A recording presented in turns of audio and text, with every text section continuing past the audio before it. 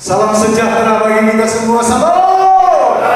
Haleluya. Masih ada sukacita daripada Tuhan. Haleluya. Puji Tuhan, Tuhan Yesus dahsyat. Amin. Amin. Haleluya.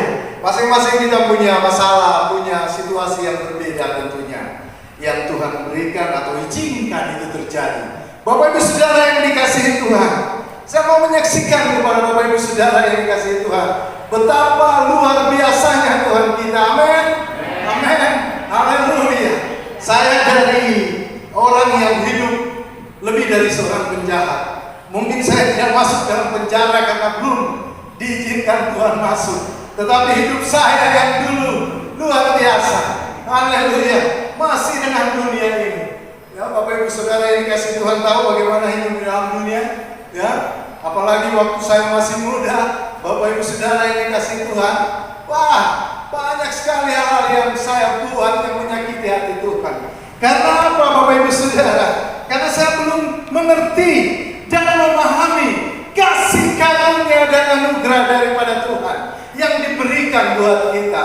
Saya sepertinya dikatakanlah lahir Kristen, nama orang Kristen, ya, nama Markus lagi. Ada di Alkitab nama Markus, Bapak Ibu Saudara. Tapi saya bersyukur kepada Tuhan, Dia memberikan nama itu. Itu bukan satu kebetulan, nama untuk menyaksikan kuasa-Nya yang sangat luar biasa yang telah diberikan kepada manusia. Dan saya waktu itu Bapak Ibu Saudara dikasihi Tuhan, saya mulai masuk di dalam jerat-jeratnya iblis. Saya mulai melakukan hal-hal yang di luar daripada maunya Tuhan. Ingat, anak-anak muda harus berhati-hati dan berjaga-jaga dan tetap waspada. Saya mengingat masa lalu itu, masa lalu yang sangat kelam yang telah saya berbuat menyakiti hati Tuhan. Bapak Ibu Saudara yang dikasihi Tuhan, karena saking saya terlalu orang itu bilang kurang ajar, Tuhan memberikan satu ujian. Tuhan meluaskan terjadi hal-hal yang di luar dari pikiran saya. Saya mendapat penyakit yang tidak ada dokter di Indonesia. Hanya satu di dunia dokter yang ada, yaitu di negara Jepang.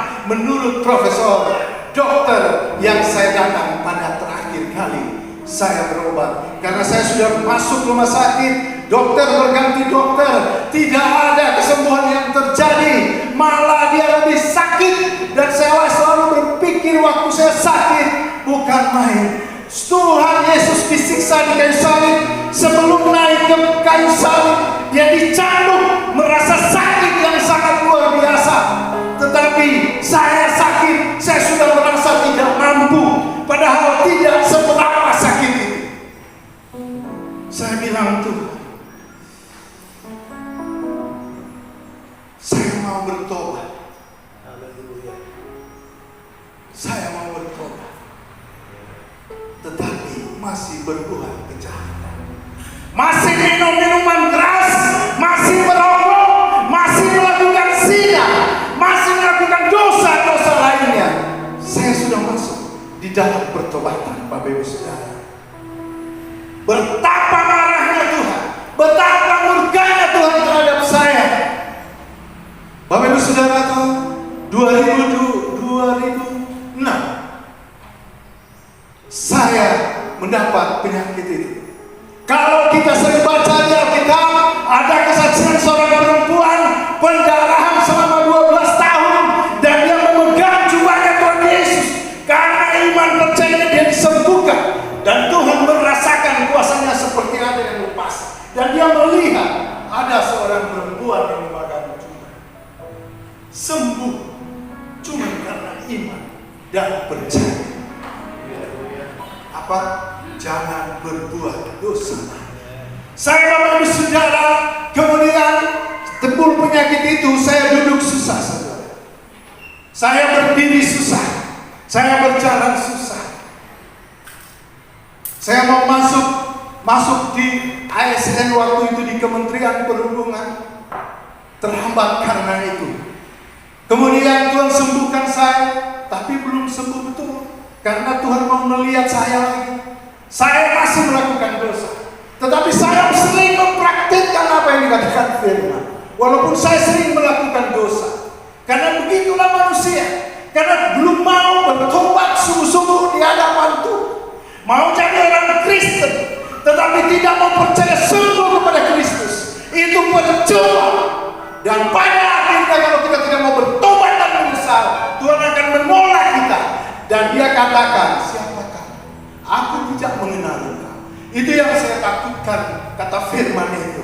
Saya mau Tuhan mengenal saya. Saya Markus Hengkeng, sebelum lahir dari kandungan ibu saya, sebelum ada di dalam kandungan ibu saya, kata firman, Tuhan sudah mengenal kita semua. Kita masuk dalam rencana Tuhan yang luar biasa. Tetapi Tuhan memberi pilihan kita hidup di dunia ini. Kita mau sungguh-sungguh, mau suam-suam kuku, atau mau panas sekalian. Bapak Ibu Saudara yang dikasihi Tuhan, sangat luar biasa yang terjadi dalam hidup saya.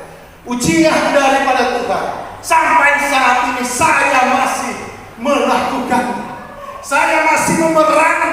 Kalau iblis kita boleh katakan dengan darah Yesus hancur, hancur iblis. Tetapi yang kita perangi di zaman ini adalah kehidupan kita.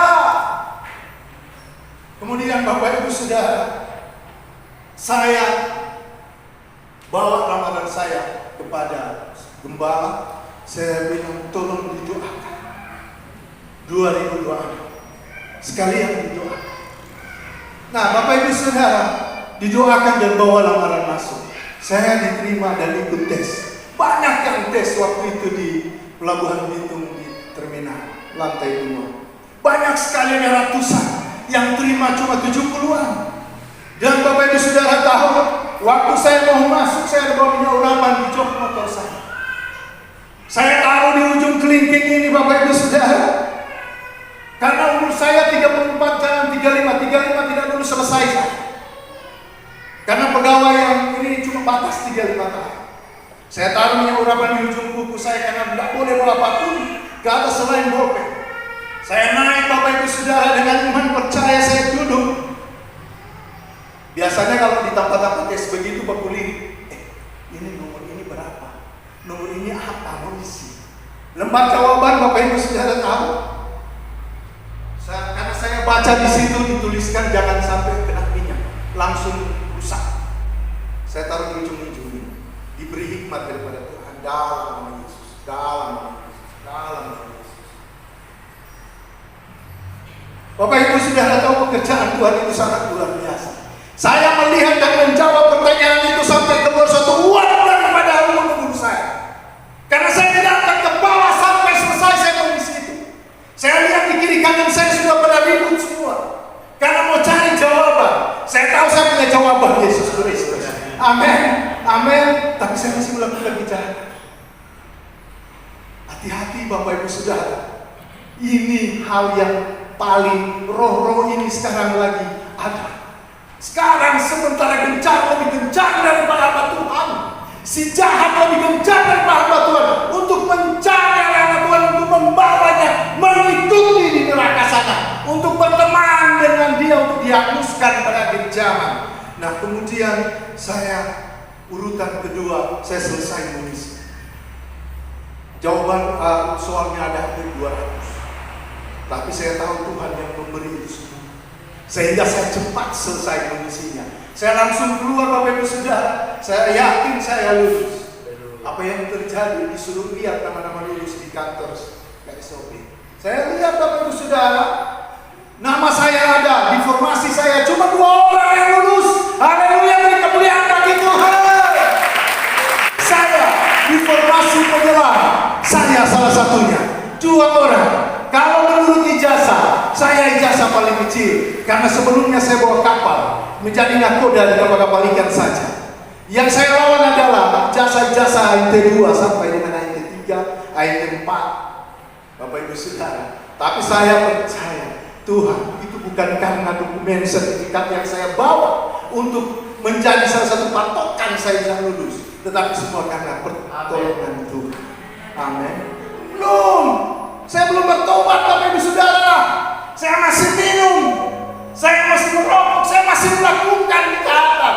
Biasanya orang kalau Tuhan sudah berkati dan dia tidak bertobat,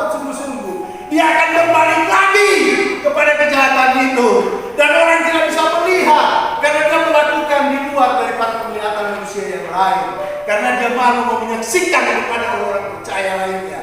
Perbuatan datang di gereja ya, memakai pakaian habib, tapi saya pada saat itu Bapak Ibu Saudara, saya bilang sama gembala, jangan dulu kasih melayani saya, karena saya merasa saya tidak layak, saya masih melakukan dosa, dan saya tidak mau melayani, karena saya mau saya sudah bertobat sungguh-sungguh, baru saya dapat melayani Tuhan. Kalau saya boleh berdiri di sini menyatakan kuasa Tuhan, itu semua karena kebaikan Tuhan. Amin. Itu karena Roh Kudus. Roh Kuduslah penolong kita di dunia ini setelah Tuhan terangkat ke surga. Amin. Amin, Bapak Ibu Saudara. Kemudian waktu itu saya 2028, saya lulus 2027, 2008 saya diizinkan Tuhan hampir mati. Masih dalam teguran yang sama yang Tuhan, tapi saya belum sadar. Lidah saya terbelah dua karena saya jatuh dari motor, dan motor tindis, tapi motor sendiri yang tindis Pak kita. Kita jatuhnya empat ke motor batu ikut ke sana. Tindis di atas, Bapak Ibu Saudara. Saya berteriak minta tolong kepada Tuhan. Memang orang biar ini kurang ajar apapun, tapi dia masih ingat Tuhan. Nanti dalam keadaan begitu Tuhan. Tapi kalau orang mau bucu minum cat tikus kasih rokok, dia tidak ingat.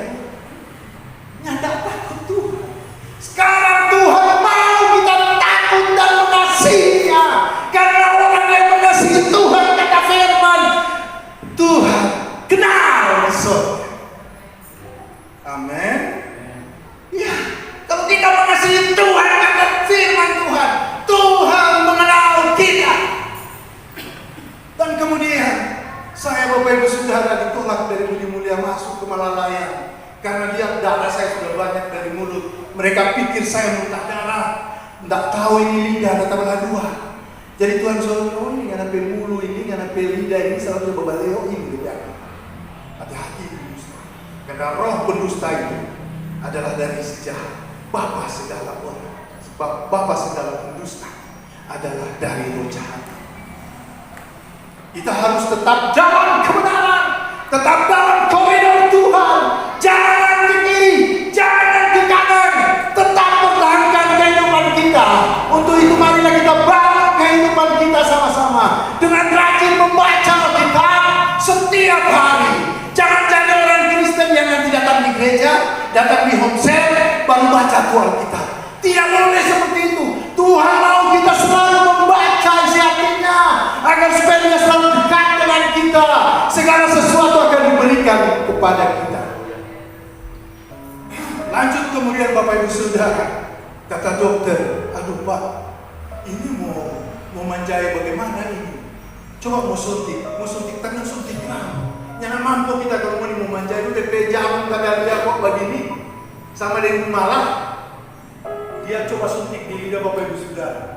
Itu lidah rupanya boleh masuk cairan. Lidah itu boleh masuk cairan. Dia bilang, Pak, kita suntik dan kota masuk di cairan. Tapi kalau begitu manja itu, daripada dia jadi dua, mau kita tambah cerita sebenarnya betul. Manja hampir pingsan Bapak Ibu Saudara. Tuhan mulai merasakan bagaimana penderitaannya yang tidak seberapa kepada saya. Dan saya tidak boleh mengeluh karena perbuatan seperti kata firman Tuhan, upah dosa adalah maut. Tetapi saya belum pada posisi maut, saya baru dari posisi kesakitan. Bersyukur kalau masih sakit. Sebab itu memang betul kita harus ingat-ingat terus Tuhan, karena ada dosa karena penyakit, apakah ada penyakit karena dosa. Dan saya terjadi penyakit karena dosa. Jangan orang bilang Tuhan, ya apa kita susah berarti, ya apa kita ini yang baik-baik. Sadar diri, baca renin dulu. Kita mau pibalapor pada papa, kita ini betul. Apakah kita semua mengaku tanpa dosa, atau kita mau berdoa dan Tuhan sembuhkan kita? Sorry, saya yang jadi bukti bahwa bukan begitu ceritanya. Kita harus dengan rendah hati datang kepadanya. Kita harus berlutut di hadapannya, mengaku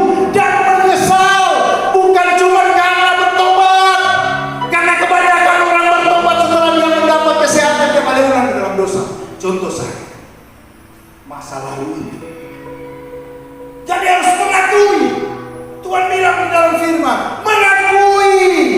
Jangan cuma datang, Tuhan ampuni kok tapi dosa. Mungkin kita bikin dosa masa. Bukan mungkin, pasti kita buat dosa.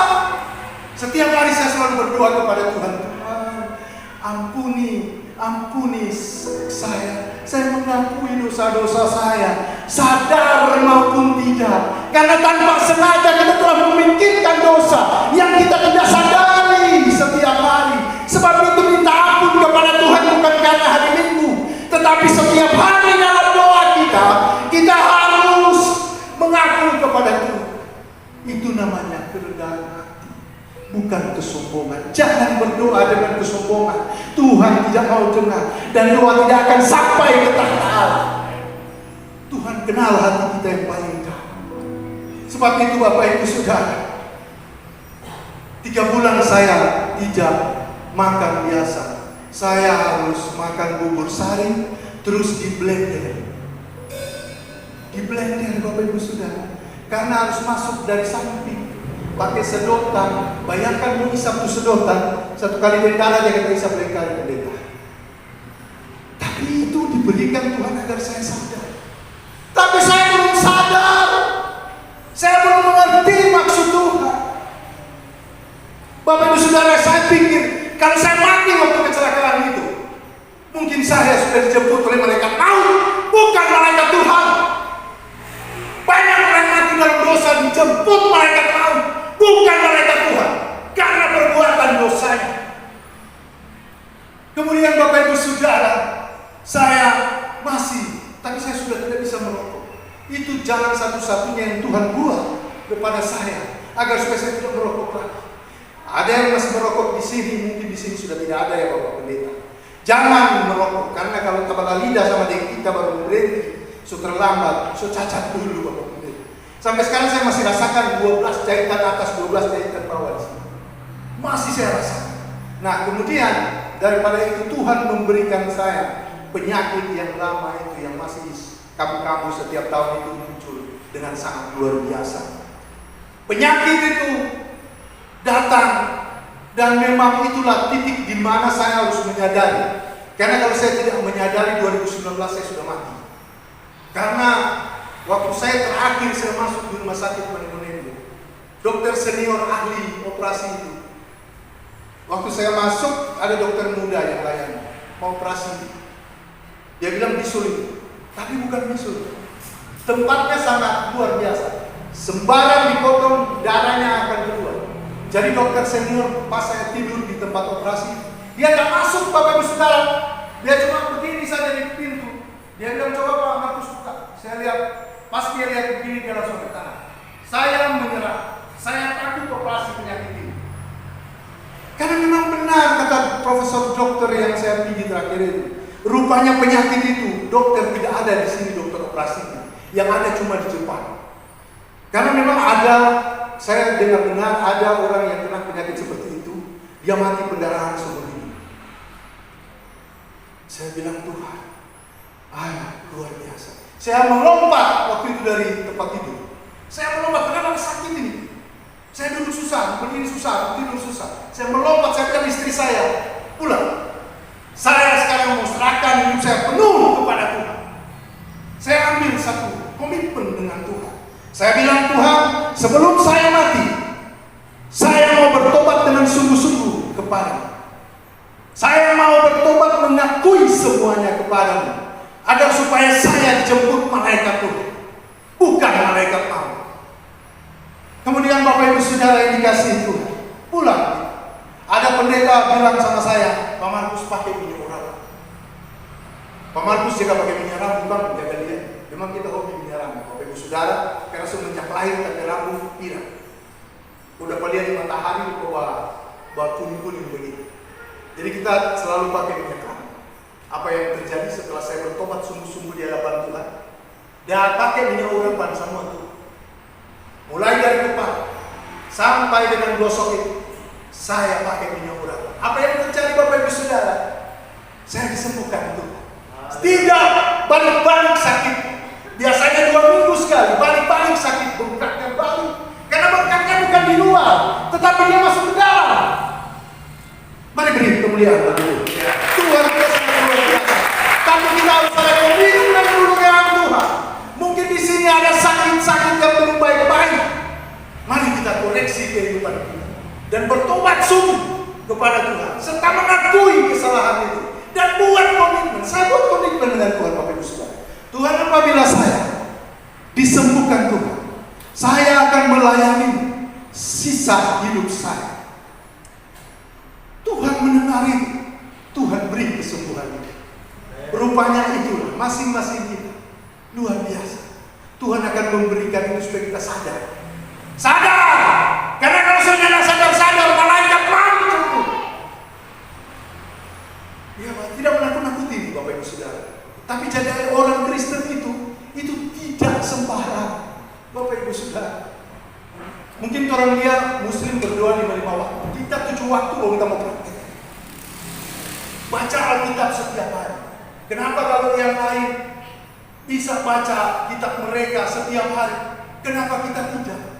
Saya mulai mempraktikkan setelah saya hidup dalam kebenaran dari tahun 2021 bulan-bulan tua itu, waktu itu November apa September. Saya mulai membaca Alkitab dari Kejadian sampai Wahyu, 1 hari 1 pasal.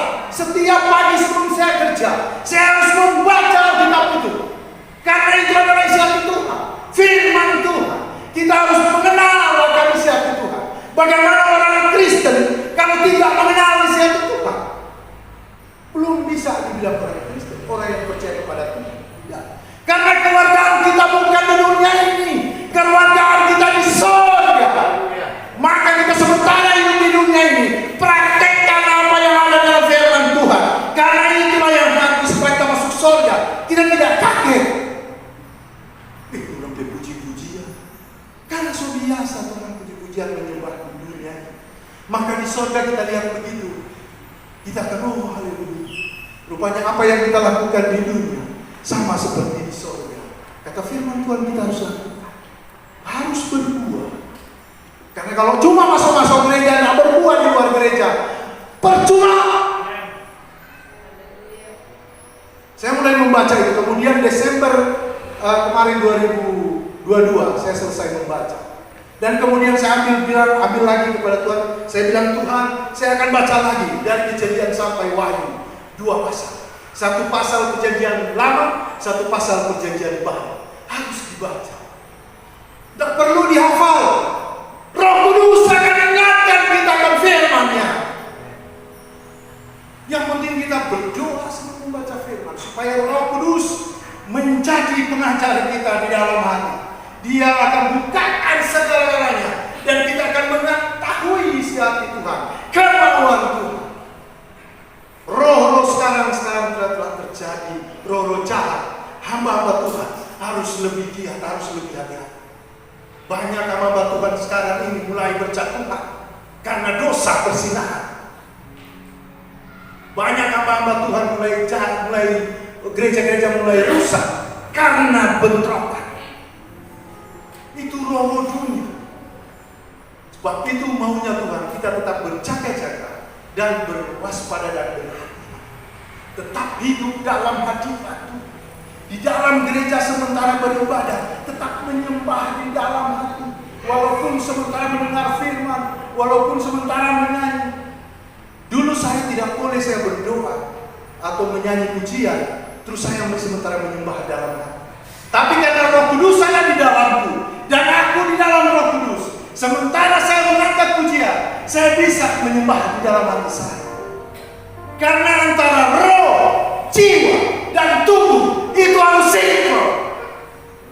Tidak boleh tubuh lari sendiri, roh lari sendiri, jiwa lari sendiri. Dia harus satu untuk memuliakan nama Tuhan.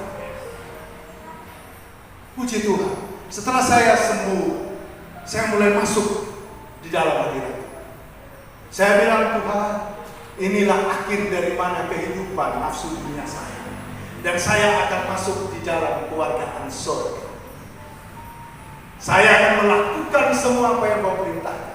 Tetapi ingat, menjadi orang Kristen pasti tidak lari dari masalah.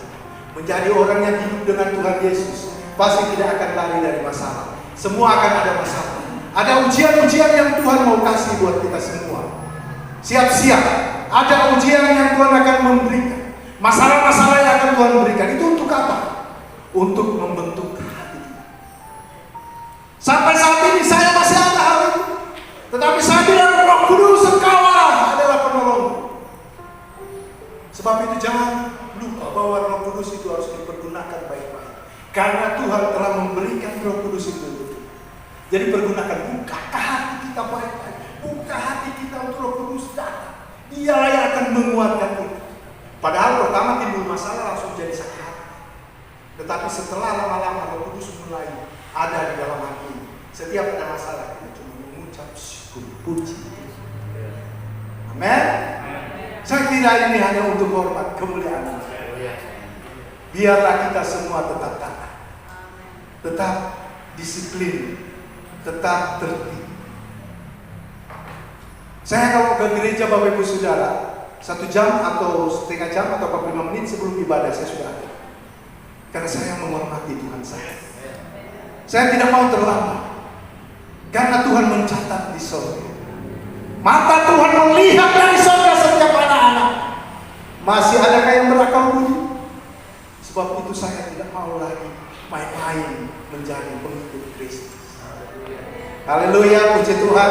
Kiranya kasih anugerah Tuhan selalu menyertai kita semua dari sekarang sampai selama-lamanya. Salam. Haleluya.